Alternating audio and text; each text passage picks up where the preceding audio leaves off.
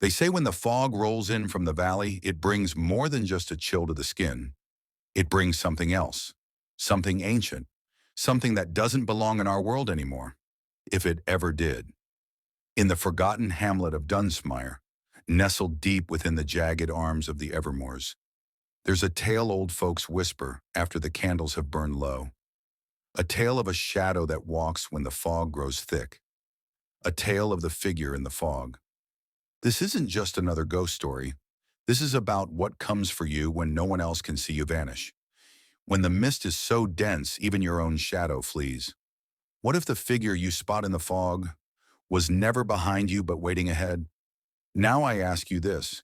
Have you ever seen something, or someone, standing completely still in the fog, only for it to vanish the moment you looked again? Let me know in the comments if you've ever experienced the unexplainable.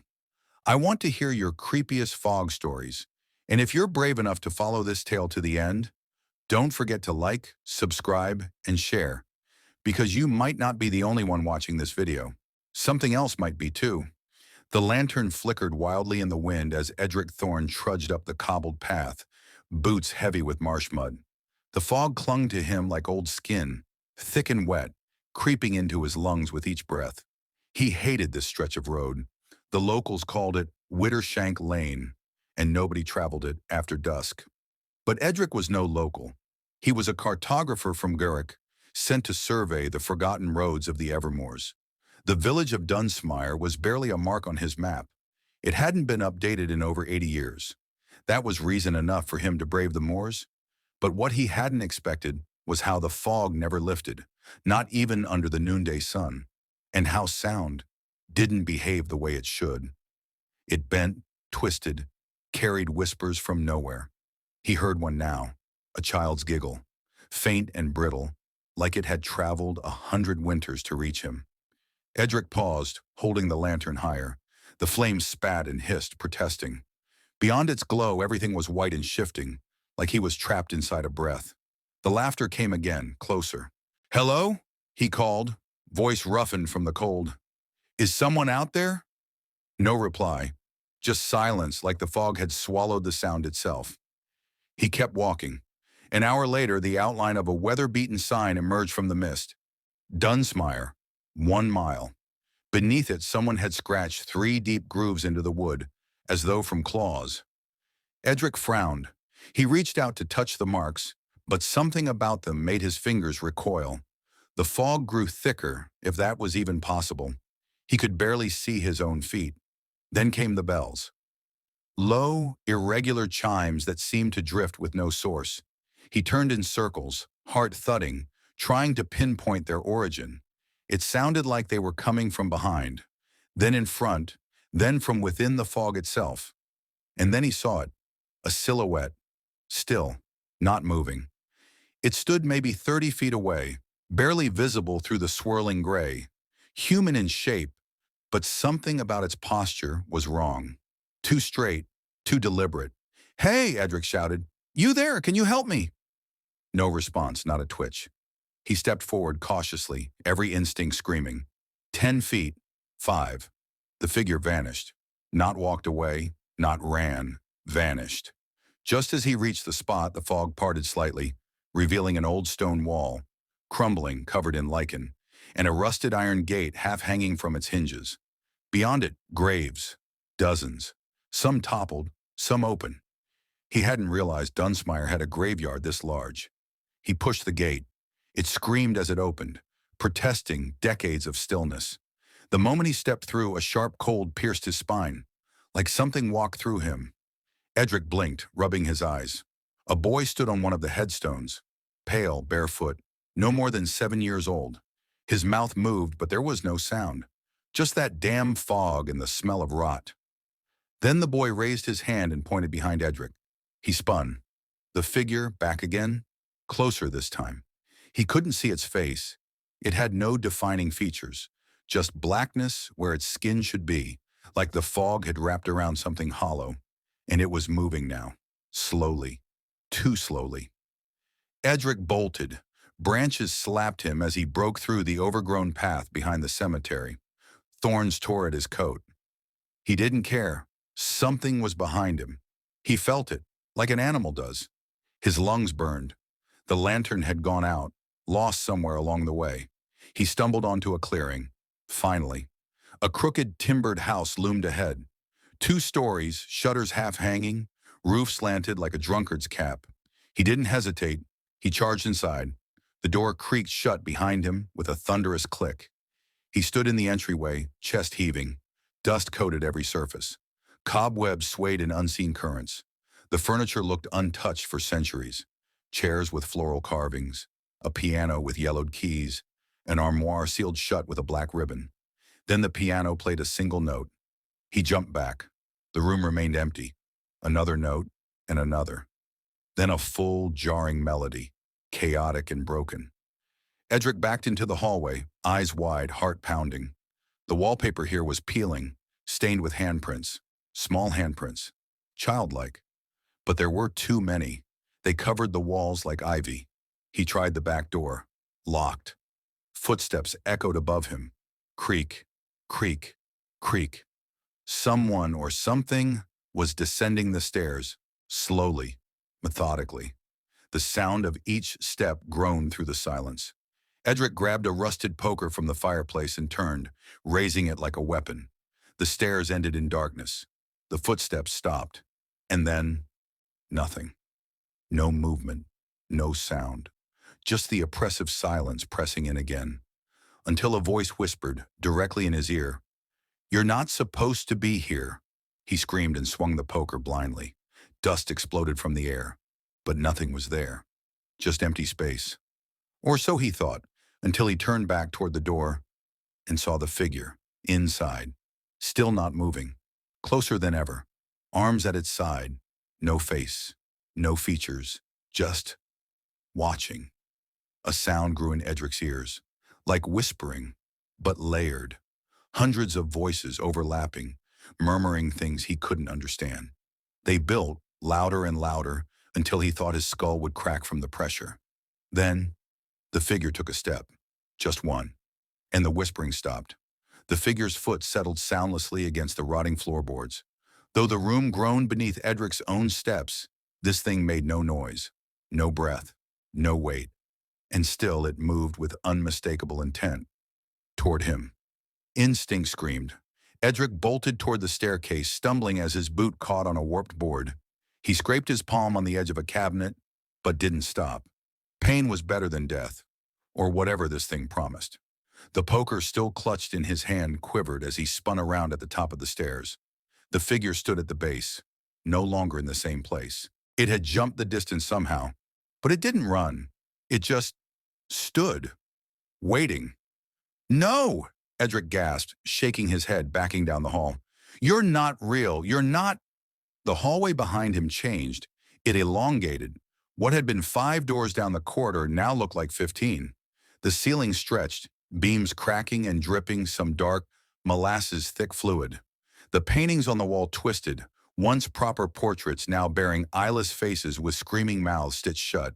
He ran again, each door he passed slamming itself shut as he neared it. Bang, bang, bang.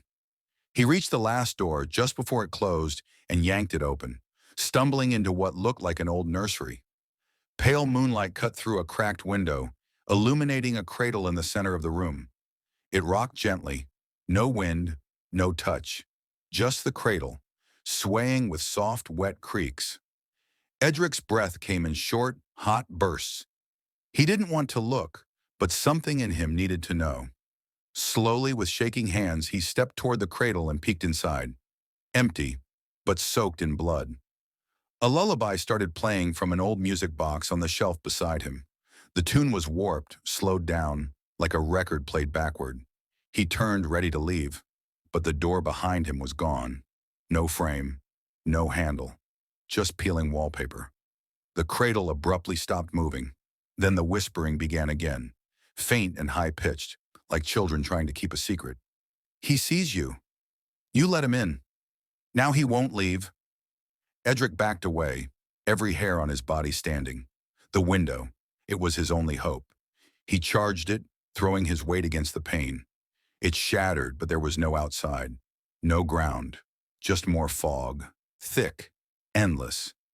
He stared down into the abyss, and for a moment swore he saw faces in it, hundreds, all looking up, all screaming without sound. He collapsed to the floor, shivering, poker clattering beside him. How had this all gone so wrong? Just a job, a simple mapping of forgotten paths. Now he was trapped inside a house that breathed in a fog that remembered. And then, a voice from the crib. Small, frail, not human. You're part of him now. The cradle rocked once more, then flung itself across the room, smashing against the wall with a sickening crack. The blood inside it sprayed across the window, forming what looked like runes, jagged symbols that shifted the longer he stared. His skin began to burn, a searing heat crawling up his arms and chest, seeping into his bones. He tore open his coat only to find his skin bruising in long, handprint-shaped marks. Something was touching him. He screamed, backing into a corner, flailing wildly. The nursery began to darken, not from lack of light, but from the shadows creeping up the walls. They moved like smoke, tendrils reaching, slithering, forming shapes of things that had never belonged in any world. Then, a knock, 3 knocks, from the center of the floor, as if the house itself had something beneath it trying to come in. Another knock, louder. The wood groaned, splitting slightly. A smell hit him, sweet and foul, like rotting fruit and formaldehyde. Then a voice from under the boards. Time to open the door. Edric lunged for the corner, scraping at the wallpaper. He dug into it with his fingers, tearing at the plaster, desperate to escape. Finally, his hand broke through. A small tunnel behind the wall, barely large enough to crawl through. He didn't think. He just moved. The tunnel was tight, crushing. Cobwebs clung to his face. Something slithered past his leg, hissing. But he kept going, deeper, hands raw and bleeding, until he emerged into another room. Only this one was clean. White walls, silent, pristine. A long hallway stretched out before him, with dozens of doors, each labeled with a name. He moved slowly, reading them. E. Marrow, T. Wicklow, J. Fenbriar, all names he didn't recognize, until one stopped him cold. E. Thorne, his own. The door was slightly ajar. Heart hammering, he pushed it open and stepped inside. It was his childhood bedroom, exactly as he remembered it.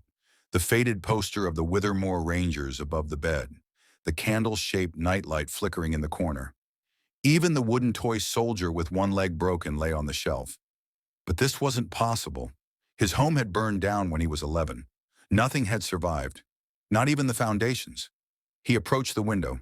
Outside, fog again. But there, standing in the field behind his old house, was the figure, staring up at him. No, not at him, at the child version of him, sitting on the floor playing with blocks. Edric's mouth went dry. The child hadn't noticed him. He tried to speak, to warn himself, but no sound came out. Then the lights went red. The room shook. The floor splintered.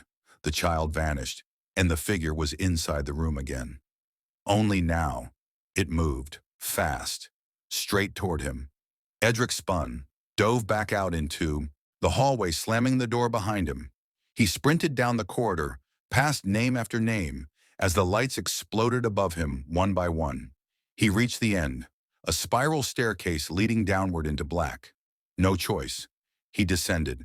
The steps went on forever, tightening as he moved, until he had to crouch, then crawl, then slide, until he fell, gasping into an underground chamber. Stone walls, circular, torches that burned with black flames, symbols carved into every surface, and in the center, a stone altar, covered in blood. Chained to it, a man, or what was left of one, his body split and stitched, eyes wide with terror and lips sewn shut. He looked directly at Edric, and nodded. A scroll sat beside the altar, written in that same runic language. But the symbols began to rearrange themselves until he could read them. One must remain, or none shall leave. Behind him, the figure stepped into the chamber. Its hand rose, one finger extended, pointing. Edric didn't know what the rules were, Didn't know who made them, but he knew one thing for certain. This figure wasn't just death. It was a witness. It remembered, and it was waiting for him to decide. Edric stood frozen, his back slick with sweat despite the freezing air in the chamber. The figure remained utterly still, its extended finger unwavering, as though demanding a choice be made. The chained man on the altar writhed slightly, making no sound, his lips still bound by cruel wire and black thread. His eyes, though, those eyes pleaded for mercy, for escape, for release. The air in the chamber thickened, the fog bleeding through the stone walls, dripping like liquid down into the chamber from cracks above. It pooled around Edric's feet, rising with every second, cold, heavy, alive. He reached for the scroll again, trying to make sense of the runes that bled and reformed constantly. Every time he blinked, the letters changed, forming different phrases, warnings, commands. One must stay. The house requires memory. Walk back or vanish forward. Edric stumbled away from the altar, his breathing ragged. He had no idea what any of it meant. Why him? Why now? The only thing he understood was that this presence had marked him the moment he entered Widdershank Lane. Maybe even before. He turned to face the figure again, still unmoving, still watching. He took a cautious step backward. The fog followed. Every movement he made, the mist curled with it, like it was tethered to him, or waiting to be inside him. Then behind the altar, a stone door slid open with a grinding moan. He didn't think. He ran. Down the narrow, jagged tunnel behind the altar, slipping through puddles of red-tinted water. The air smelled of sulfur and copper. He heard the clinking of chains in the distance. And once, just once, a woman's scream, muffled like it came from deep underwater. The tunnel opened into a large cavern lit by hundreds of candles arranged in concentric circles. Every candle held a lock of hair or a tooth, some small piece of someone. Names were scrawled in blood beside each flame, most too distorted to read. And in the center, a mirror, tall, ornate, its surface swirling with smoke and static. Edric approached slowly, heart thudding. As he neared, the smoke inside the mirror parted, and he saw himself. Not the man he was now, but a version of him hunched, pale, with white eyes and mouth sewn shut. The same as the man chained on the altar. The reflection grinned, the stitching tearing as its mouth opened unnaturally wide. "You're already inside." The mirror cracked.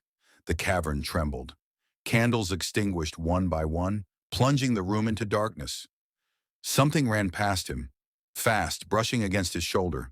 He spun but saw nothing, only the flicker of movement in the shadows. Then another whisper, too close to his ear. "The figure walks now." Edric turned to run, but slammed into something solid. The figure. It had followed him, now mere inches away. Still no face, no features. But it radiated cold that burned through his clothes.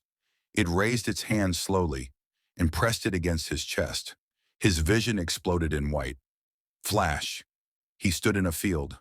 Daylight. Blue sky above. Children were laughing, playing in the grass. His mother, long dead, stood nearby, hanging linen on a line. She waved. He screamed for her, ran toward her, but the air turned to glass, and every step felt like walking through tar. Then the world shattered like porcelain. Flash. Now a classroom. His old school. His teacher, Miss Varnett, writing runes on a chalkboard. The other students were skeletons, upright, wearing masks made of stitched leather. Miss Varnett turned. Her face was the figure's, smooth, black, void. She screeched, and the room caught fire. Flash. Back in the cavern, on his knees, bleeding from his ears. The figure now stood before the mirror, reaching into it. Its hand disappeared into the swirling surface. When it pulled, it held a mask. Leather. Old. Covered in runes, with eye holes sewn shut. It reached out, offering the mask to Edric. He refused. It moved closer, insisting. He crawled backward, knocking over several candles. And then, he saw it. A second figure, behind the first, identical in shape and stillness. But this one had a face.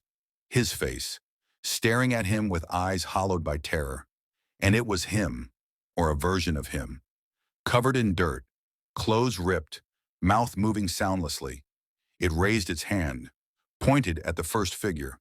The message was clear. It was never alone.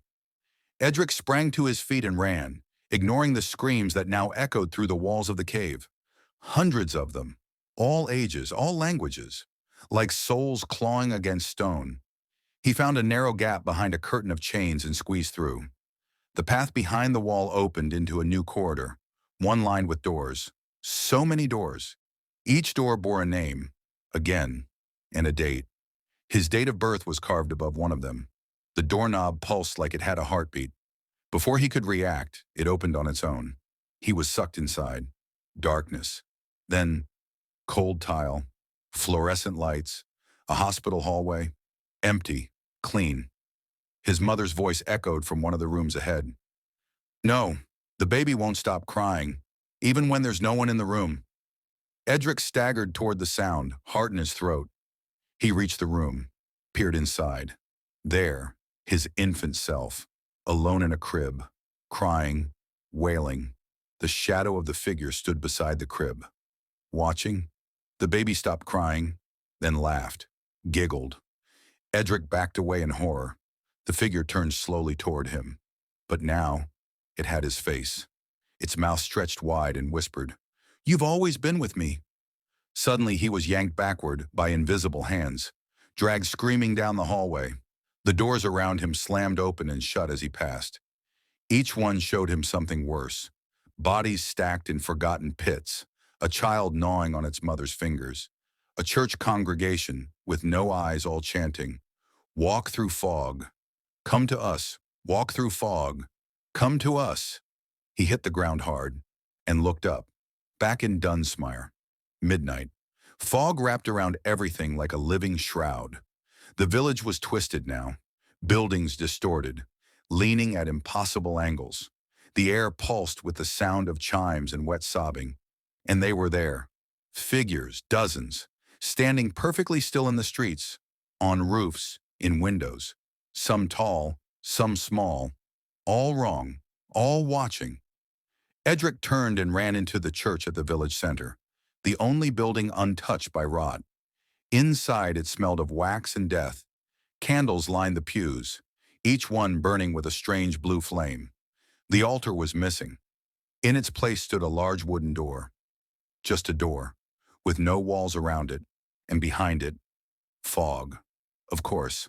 As Edric approached, writing appeared on the door's surface, scratched from the inside. 3 must enter, 2 must vanish, 1 must remain. He turned, 3 figures behind him, all versions of himself, 1 crying, 1 laughing, 1 silent. The crying one bolted for the door, gone. The laughing one began to burn, skin bubbling, screaming, vaporized into dust. The silent one looked at Edric and whispered, "Don't choose wrong," then vanished, leaving Edric alone, with the door, with the fog, with the whispers returning, calling him forward. Edric's knuckles whitened as he gripped the edge of the freestanding door. No walls, no hinges. Just the thing standing alone in the center of the desecrated church, humming softly like a thing alive.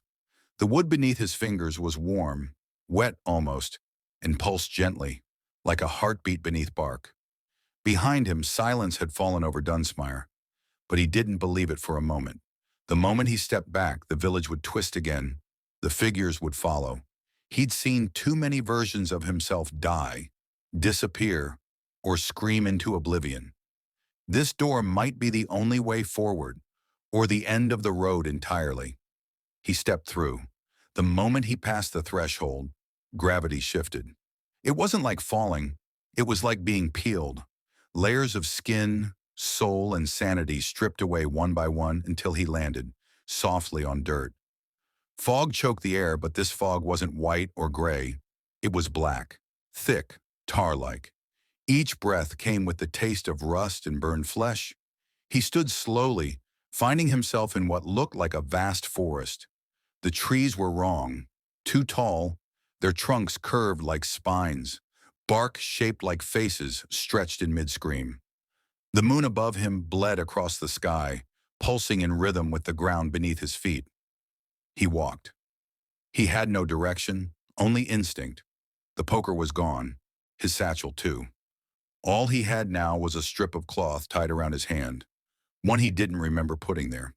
It was stained with something dark. A whisper curled through the branches above. Above him, he walks where no man walks.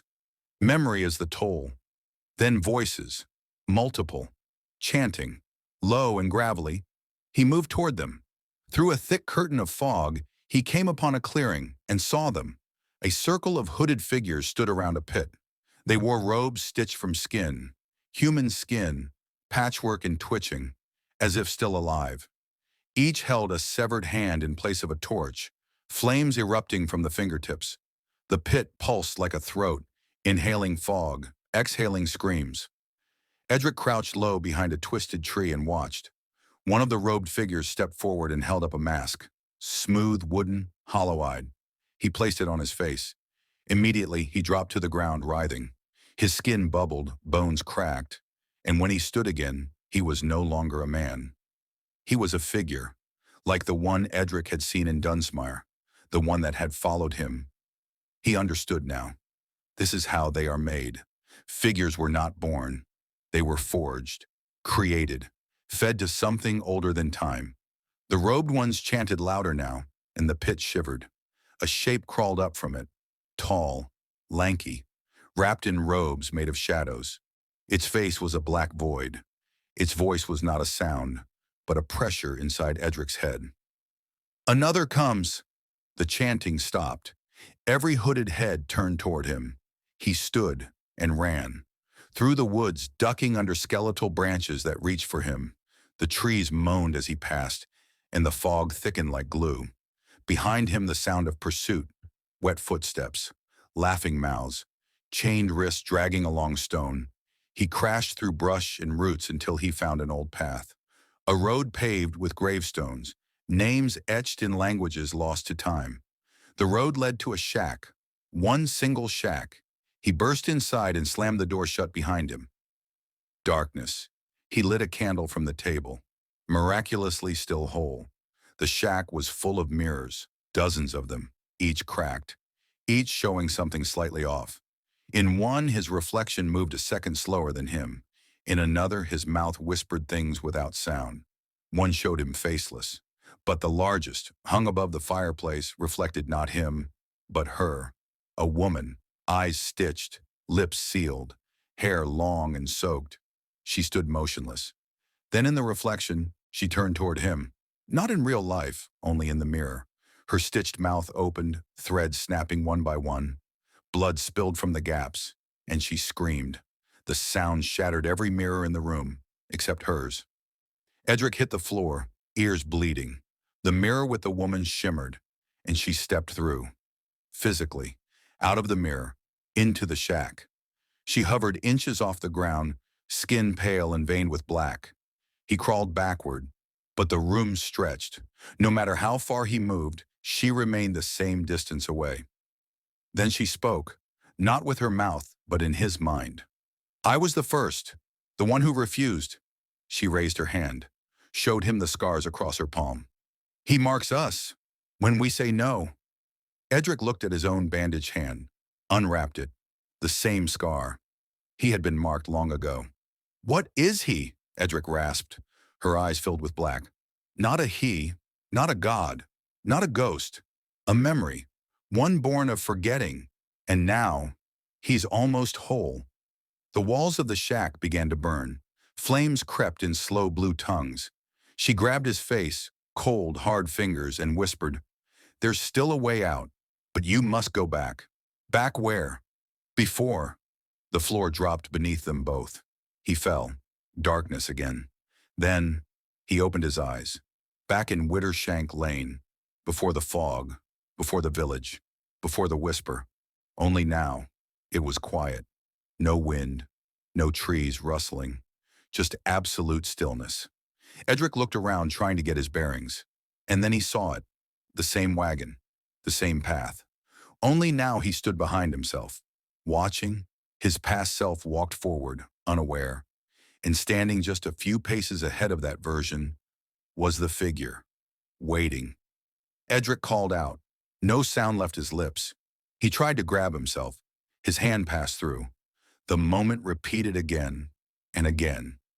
Each loop slightly more decayed.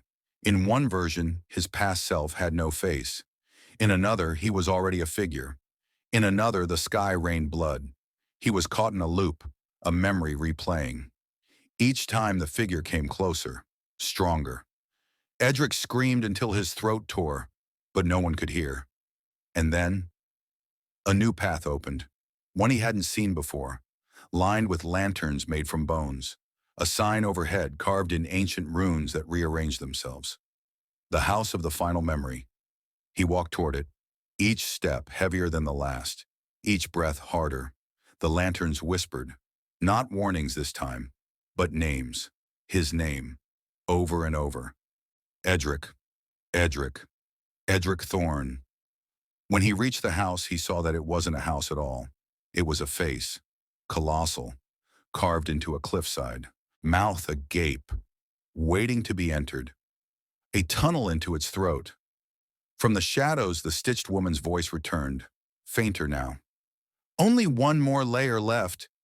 Edric stepped inside the mouth, and the world swallowed him whole. The descent into the mouth was like sliding down a throat made of stone and memory.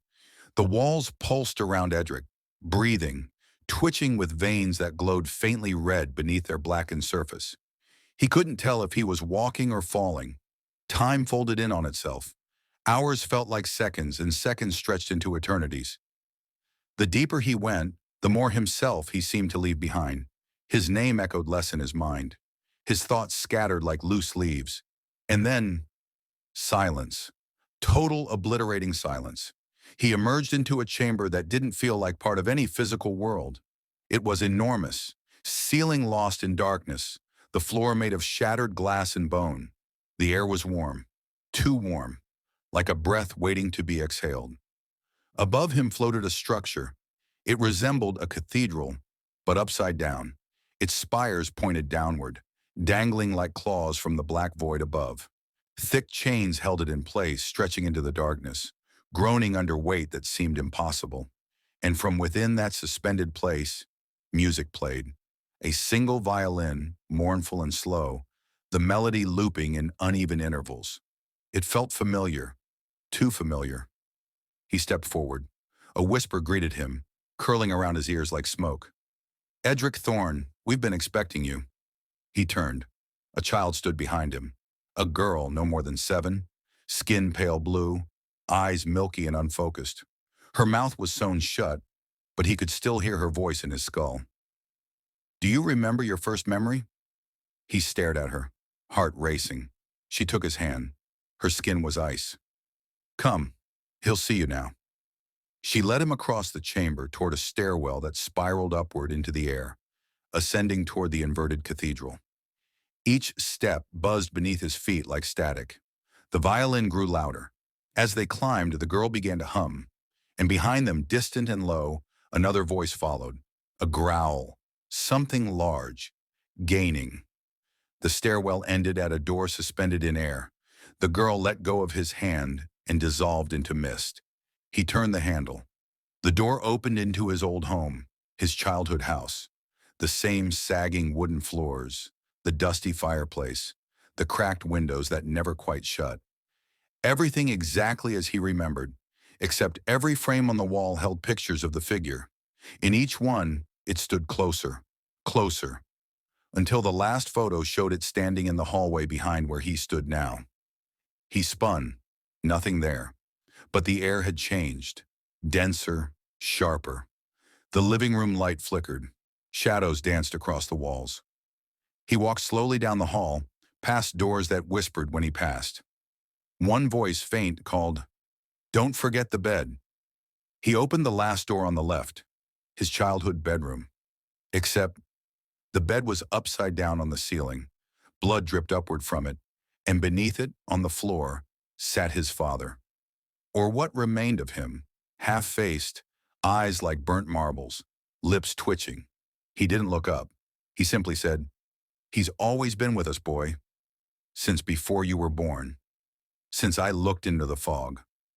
Edric's voice cracked. "Who is he?" His father grinned. "Not who. What?" Suddenly his body convulsed, snapping backward, bones cracking like twigs. His chest split open, and from inside crawled dozens of small, finger-sized figures, each whispering Edric's name in unison. He stumbled out of the room, breath ragged, hands trembling. Downstairs the violin stopped. He descended the staircase, which had twisted and warped into fleshy, beating steps. With every footfall, they squelched inside. The cathedral's heart awaited him, a vast open chamber, high ceilings crawling with black tendrils that pulsed like veins. In the center, a throne, empty. And then, the figure stepped forward from the shadows. Not fast, not sudden, slow, measured. It wore Edric's skin, his voice, his eyes. It was him, but not him. A future version, a hollow one. The skin stitched, the eyes leaking fog. He tried to speak, but the air turned thick.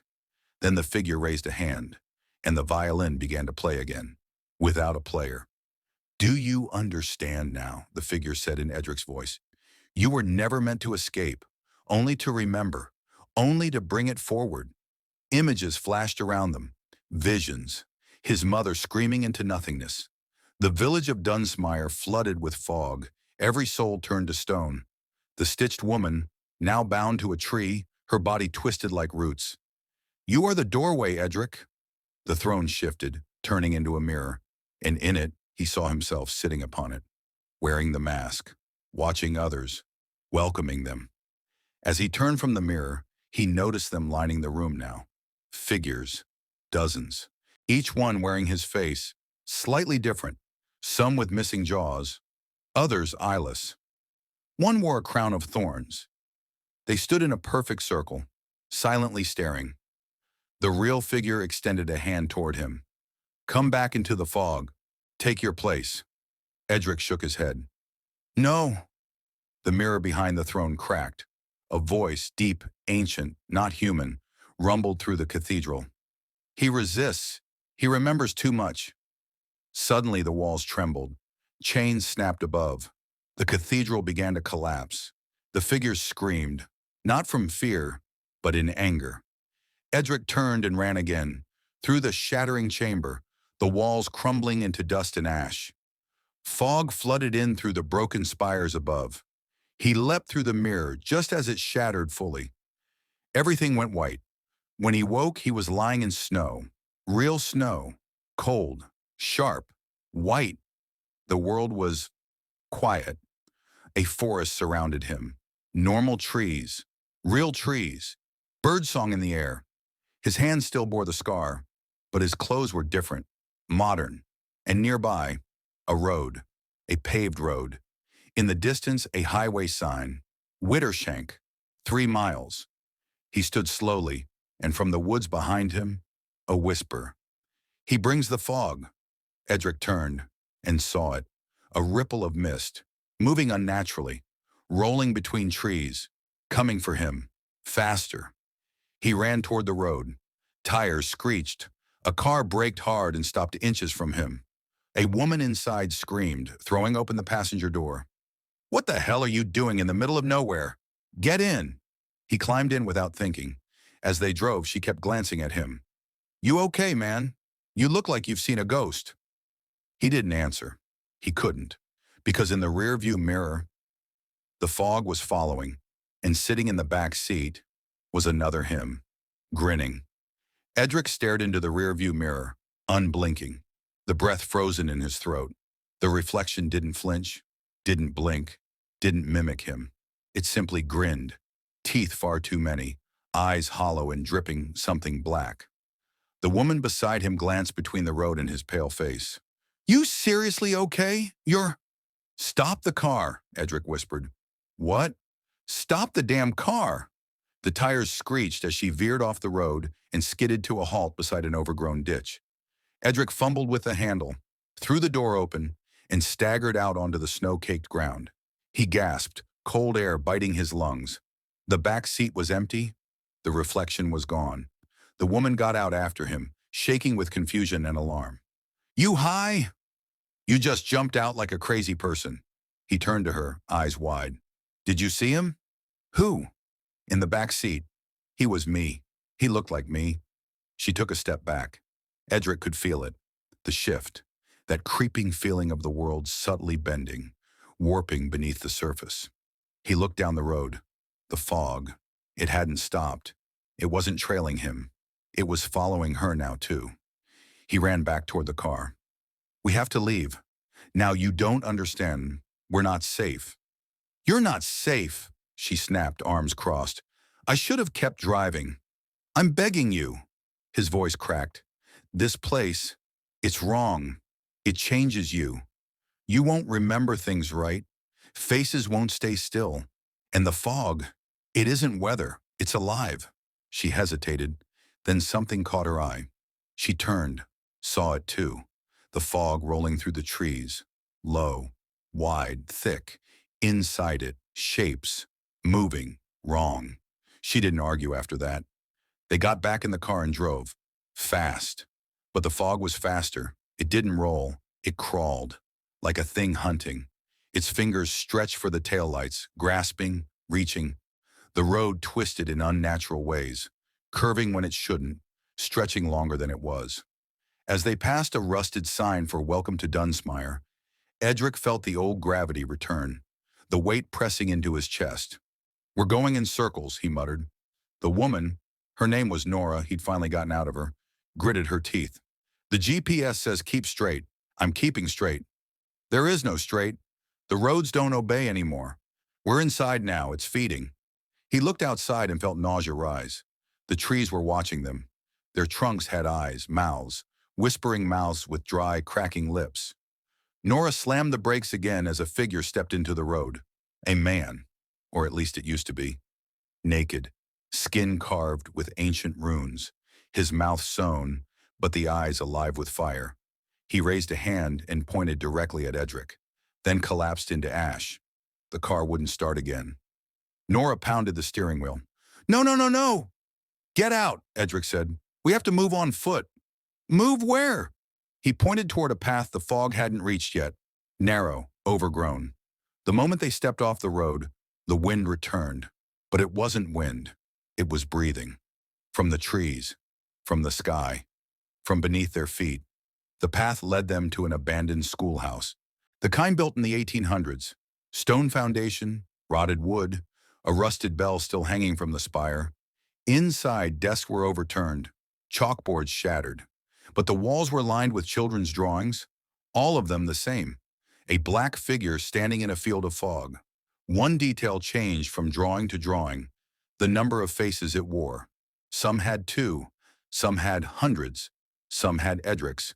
In the corner of the room, a large cabinet stood with a mirror embedded in its door. Unlike the others, this mirror was clear. Too clear. He approached it and saw not himself, but a version of him still seated at the desk inside the cathedral throne room. Unmoving, staring, dead-eyed. Norah backed away. "This is too much. I don't know you. I don't know what this is. I'm leaving." She bolted for the door, but the moment she crossed the threshold, the fog was there. Waiting. It engulfed her like water. She didn't scream. She only froze, suspended mid-step. Her eyes moved wildly, her mouth trying to scream, but no sound emerged. The fog tasted her, then left her standing there, still, hollow-eyed. Edric pulled her back inside. She collapsed into him, gasping. "I saw it. I saw everything." "What did you see?" "My mother, my birth, my death. Over and over. My body burning, laughing. It made me watch." She looked up. "Who is he, Edric?" "I don't think he is anymore." From behind them, a soft thump. They turned. A chalkboard now held writing that hadn't been there before. One word. Return. Then the mirror cracked, and from it, the stitched woman appeared once more. Only now her stitches were open, her skin flaking like bark. She floated above the ground. Edric reached out, trembling. "You told me there was a way out." She nodded slowly. Only by finishing the loop. The one you broke. The one I... Suddenly, the windows exploded inward. The fog crashed in like a tidal wave. Norah screamed. Figures poured through the shattered door, crawling, laughing, crying, wearing faces Edric almost recognized. People from the village, the woods, his dreams. One lunged at him. He swung a broken desk leg, smashing its face in, but it didn't fall. It simply reformed, flesh growing back like wet paper. The stitched woman raised her arms and the fog parted briefly, revealing a door. Not just any door, the same door from the desecrated chapel. Edric grabbed Norah's hand. They ran. Bodies slammed into them, hands clawed at their legs. One bit into Edric's shoulder. He barely shook it off. They reached the door. The figures screamed as they passed through. The sound behind them died. Blackness. And then a train station, empty, still, modern. Digital clocks ticked. A vending machine buzzed. A single bench. He blinked, disoriented. Norah gasped for air beside him. "Where are we?" A speaker crackled. "Now arriving. Widdershank Terminal. One way. Last stop." Footsteps echoed down the platform. Edric turned and saw an old man walking toward them. But not just any man. Himself. Older. Weathered. Blind in one eye. Carrying a lantern made of bone. He stopped in front of them, and his voice was dry thunder. "You shouldn't be here yet." Edric stared. "Who are you?" "You. Before you forgot. Before you chose." "Chose what?" "To become." Suddenly a train roared into the station, but its windows showed forests, mirrors, screaming mouths.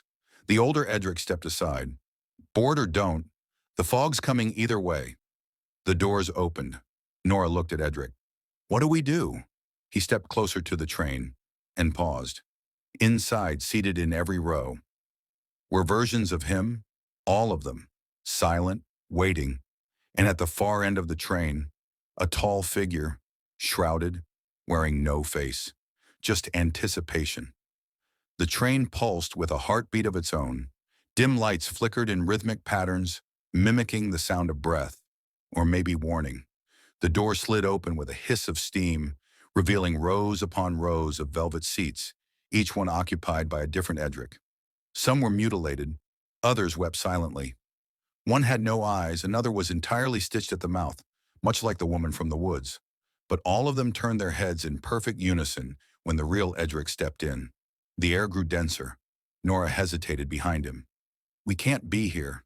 This isn't transport. This is a coffin with wheels." Edric said nothing. He was staring down the aisle. At the far end of the train in the last seat, the figure waited. Its form shimmered in and out of focus. Sometimes it was him, sometimes the stitched woman, sometimes just a shape, a thing without edges, a bruise in the world. And behind it, through the window at the end of the car, the fog writhed like a living sea. The doors slammed shut. The train lurched forward. Outside, the world blurred. Time reversed. Trees twisted into themselves. Mountains folded into clouds. None of it made sense, and all of it felt deliberate. Norah gripped Edric's arm. "This is your story. You brought me here. Now tell me how we get out." Edric looked at her, his voice hollow. "We don't." The other Edric forms began whispering, quiet, disjointed words. "Bring it back. He watches through you. The mouth must remain open." A low horn echoed through the train. The windows fogged over instantly. Black fingerprints dragged themselves down the glass from the outside. Then the lights went out. For a full 10 seconds, the world was nothing but black. When the lights returned, all of the other Edric forms were gone. Their seats sat empty. Norah stood beside him, eyes wide. "Where did they—" Before she could finish, they heard it. The footsteps, heavy, slow, methodical, coming from behind. Edric turned and saw it stepping forward. The figure, fully formed now, it stood nearly 7 feet tall, a long black coat soaked with some viscous substance. No eyes, no mouth, just a void for a face, flickering like television static. It didn't walk. It floated, inches above the floor. Norah backed away. "It's him." Edric's mouth was dry. I know. Then what do we do? The figure raised a hand, and suddenly, the entire train peeled back.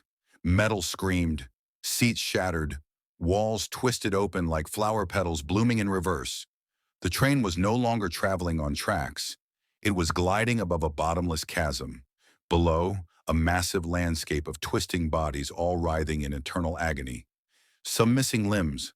Others merged with the landscape, all screaming, but no sound reached them. Norah screamed. A tendril of fog lashed out and wrapped around her ankle, dragging her toward the open side of the train. Edric dove, grabbed her hand. Their grip locked. He pulled, fought, screamed, and just as she began to slip, a third hand reached out from beneath the seats and cut the fog tendril. The stitched woman, crawling on all fours. Her movements inhuman, jagged. She whispered, "You must finish it, or it will feed forever." And then she fell backward into the abyss, gone. Norah pulled herself up, panting. Edric turned to face the figure again, but it was gone. In its place now stood a mirror, wide, gleaming, silent. But instead of reflecting, it recorded. Inside, he saw a version of himself getting off the train, onto an unfamiliar platform, and above it, carved in stone. Dunsmire, the beginning. Norah touched the mirror. Is this real? Is it showing the past? Or the future? Edric didn't answer. He stepped into the next car. This one was a church. Empty pews. Candles melted to puddles. A massive crucifix, upside down, hanging from the ceiling, still dripping. And at the altar, his mother. Not as he remembered her. Older, rotting. She was bound in fog, her body twitching. Her mouth moved, but no sound came. Then behind her, another figure emerged. His father. Edric staggered back. Impossible. His father looked exactly as he had when he vanished years ago. Before the fog took him. Before the madness began. You left us, Edric whispered. You left me to figure this out alone. His father shook his head. I didn't leave. He pointed at the crucifix. I became. Edric turned slowly and saw that the crucifix was not a symbol. It was a man. Another Edric, nailed to the wood, eyes carved out, still breathing, still mouthing the words, "Bring it back." The fog surged into the church. It didn't just crawl, it stormed. It shattered the windows, pulled at the walls, consumed the altar. The pews splintered as figures formed from the mist, rising like ghosts. Norah screamed again, grabbed Edric's arm. We have to move! The walls tore away, revealing yet another room behind the altar. They ran through it and slammed the door behind them. Silence. The chamber they entered was entirely white, sterile, lined with hospital beds, each one occupied by a version of Norah. All sleeping. One was missing a face. Another was stitched down the center. A third sat up slowly and spoke in Edric's voice. You were never supposed to bring her? Norah stared at her own face. What is this? Is this what happens if we fail? Edric shook his head slowly. This is what happens no matter what. The speaker overhead crackled again. Now arriving, the mouth. The beds vanished. The walls dissolved. The train was gone. They stood now on a barren cliff. Below them, Dunsmire, but changed, vast, twisted, a labyrinth of bone towers and fog rivers. Screams echoed in the distance, and at its center, the cathedral, floating, waiting. Norah turned to Edric. This is the end, isn't it? No, he stepped forward. This is the beginning. The ground cracked beneath them, the sky split, and a massive eye opened in the fog. Watching, bleeding, awake. The sky tore like fabric, ribbons of black and red swirling in a vortex above the floating cathedral. The eye, that monstrous, lidless thing hovering in the roiling fog, blinked sideways, then again vertically, revealing multiple pupils that spun like gears inside a cosmic machine. Its gaze pinned Edric and Norah in place. Edric fell to his knees, chest heaving. His bones trembled. Blood trickled from his ears. Norah screamed and turned her face from the gaze, clutching her head. It's inside me. Oh God, it's in my thoughts. The voice came not from the sky or from the fog, but from everywhere. The mouth has opened. From the pit of Dunsmire, the cathedral pulsed like a heart. The bell tower told a low, wet sound, like iron dragged across flesh. Figures began to emerge from the town's bone-laced streets. Dozens at first, then hundreds. All of them shrouded in fog, moving in unison, not alive, not dead, just claimed. Each one wore his face. Edric gritted his teeth and stood, the final pieces sliding into place. This isn't a town, it's a womb, a place that births horror and calls it divine. The stitched woman reappeared, floating beside him now. Her body was unraveling, mist pouring from her eyes. She no longer bled. She leaked existence. "You were the key," she rasped, her voice splintering into dozens of overlapping tones. "But the key was never meant to be removed." Edric clenched his fists. "Then I'll return it." Norah grabbed his shoulder. "What are you talking about?" "The cathedral. The mouth. I came from it once, when I was too young to understand. I thought I escaped, but I was only let go." Marked Norah shook her head. "You don't have to go back in." "I do," he said, stepping toward the edge. "This ends only when someone takes the place of the watcher, when someone becomes the fog's vessel." From above, the eye blinked again, and the fog howled. A staircase of bone unspooled from the cliff to the cathedral below. It pulsed with red light. Norah's voice cracked. "Don't, please." Edric smiled sadly. "You weren't meant to be here. And now, you're the only part of me that still feels human." He leaned in, pressing his forehead to hers. "Walk backward. Don't look behind. When the scream comes, run, no matter what." Norah trembled, tears slipping down her cheeks. "I can't leave you." "You have to." He turned before she could argue and stepped onto the staircase. Each step throbbed beneath his boots like nerves cut too deep. The fog peeled back for him, respectfully. The crowd of faceless copies bowed as he descended. The doors of the cathedral opened without touch. Inside, silence. Stone arches dripped with black ichor. Candles floated midair, burning with blue flame. The air buzzed with whispers, his name, over and over, in voices he'd forgotten from childhood nightmares. In the center of the cathedral stood the throne, bone and root, flesh and metal, and above it, suspended by chains, the figure waited. But now Edric saw it clearly. It wasn't a figure. It was all of them. Every version, every possibility, each choice not taken, every sin unatoned, every time he could have stayed and didn't. Himself, a god of mirrors. It drifted down and touched the floor, and the fog around it hissed like snakes. Edric stepped forward. The stitched woman stood near the altar. To sit is to forget. To forget is to begin again. "Are you ready?" "No," Edric whispered, "but I'll do it anyway." He placed a hand on the throne, and it bit him. Needles shot through his skin. Memory spilled from him like light poured from a cracked lantern. All the screams, all the places he'd fled. The girl he left behind, the church fire, his real mother screaming his name as the fog took her years ago. He sat, and the world screamed. Above the cathedral, the eye closed, and Dunsmire was swallowed whole. Norah stood at the cliff's edge, unable to breathe. The fog stopped, mid-air. Then slowly, gently, it receded. The town was gone, the sky clear. A single whisper rode the wind. "Run!" And she did. She turned and ran. Back through the crooked woods, through the hollow train station, through the fractured mirror in the schoolhouse, until she stood at the road where the car still idled. The radio crackled. One voice.